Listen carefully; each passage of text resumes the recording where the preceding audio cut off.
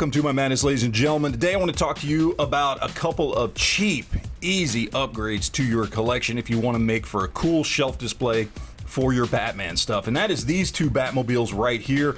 On the left here, we have the Mattel, this one's the Batman v Superman Batmobile, and on the right there we have the Justice League Batmobile. Now these are fully done up 6-inch scale Batmobiles ready to go.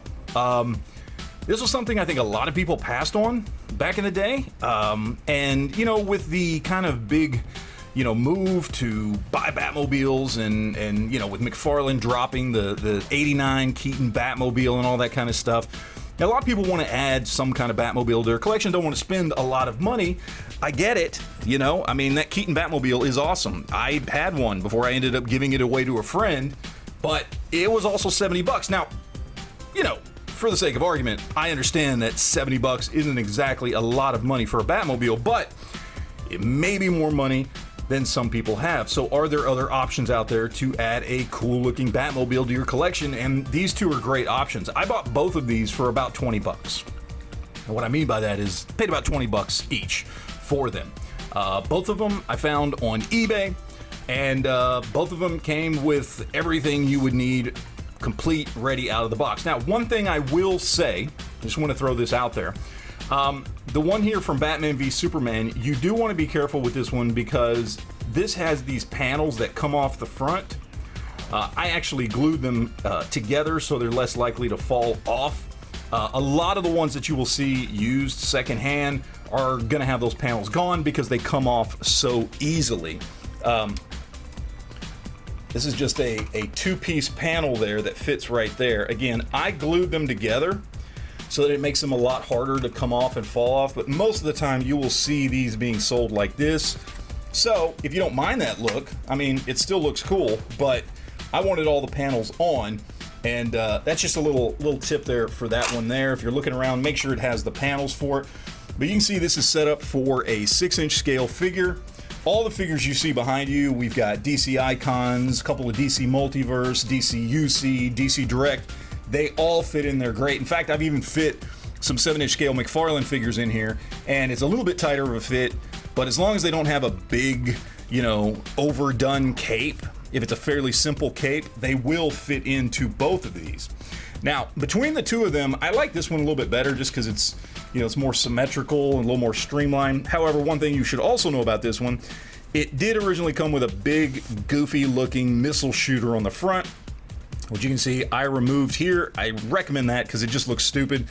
Honestly, it just shoots plastic missiles, and you know, it also gets in the way. If somebody was actually driving this, it sticks up in front of the driver there. But you know, works really well once you take that off, and it's pretty easy to get that thing off. But it's a really cool kind of symmetrical looking thing. But however, if you want a little bit more of a battle ready version, you do have this one here. This one actually has even more room inside of it. It's a little bit bigger. This one's probably a little bit better for 7-inch scale figures. Just a bigger mold, and there's more room inside of it. And you actually can pull this up to kind of get the figure in underneath the piece that we have here. I'm gonna try and see if I can get that on camera a little bit better. But you can see that moves out of there. That's the steering wheel, I guess, and it's all attached on one piece to get the figure there into the seat. And again, 6-inch scale, 7-inch scale, they all fit in both of these. So you've got a couple of really great options here. And by the way, I didn't do anything to either one of these outside of, you know, pulling the gun off the front of this one. There's no paint or anything. These are exactly as they come. You could do all kinds of stuff to these things if you really wanted to. You could do all kinds of touch up and just make them really pop, and you know, add little bits of silver or black or whatever you wanted to do to both of these and really make it look unique to your collection if that's what you want to do.